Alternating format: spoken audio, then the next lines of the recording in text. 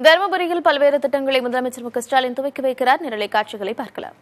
சென்றடைய வேண்டும் என்று அயராது உழைத்து வருகிறார் மாண்புமிகு தமிழ்நாடு முதலமைச்சர் திரு மு.க.ஸ்டாலின். முதலமைச்சராக ஆட்சிக்கு வருவதற்கு முன்னதாகவே இருந்த மக்களின் கோரிக்கைகளை மனுக்களாக பெற்றவன் என்று முதலமைச்சர் பொறுப்பேற்றவுடன் அரசின் உரிய பயனாளிகளை கீழ் அண்ணா நாட்களில் மக்களுடன் முதல் கீழ் 645 மனுக்கள்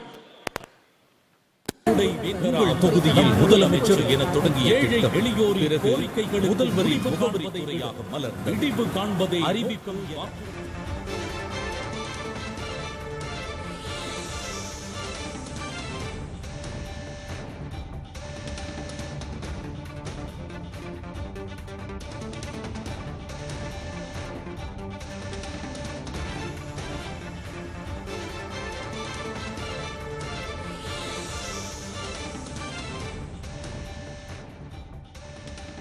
அரசின் நலத்திட்டங்கள் மக்களை சென்று சேர்கிறதா என்பதை அறிவதற்கான மக்களுடன் முதல்வர் திட்டம் தொடங்கப்பட்டது. இந்நிலையில் தருமபுரிக்கு நேரடியாக சென்று அவர் இந்த திட்டத்தை துவங்கி வைக்கிறார்.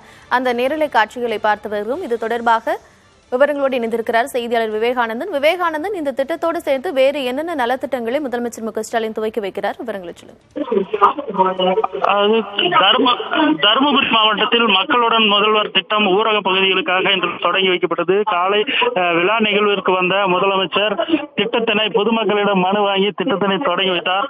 இதனை அடுத்து இரண்டாவது நிகழ்வாக 445 கோடி மதிப்பில் முடிவுற்ற பணிகளை பொதுமக்களின் பயன்பாட்டிற்கு தொடங்கி வைத்தார். அதாவது தருமபுரி திருவண்ணாமலை 4 வழிச்சாலை, அடுக்குமாடி குடியிருப்புகள், கட்டிடங்கள் உள்ளிட்ட பல்வேறு துறைகளின் சார்பில் கட்டப்பட்டுள்ள முடிவுற்ற பணிகளை இன்று முதலமைச்சரின் திறந்து வைத்தார். கார்த்திகா.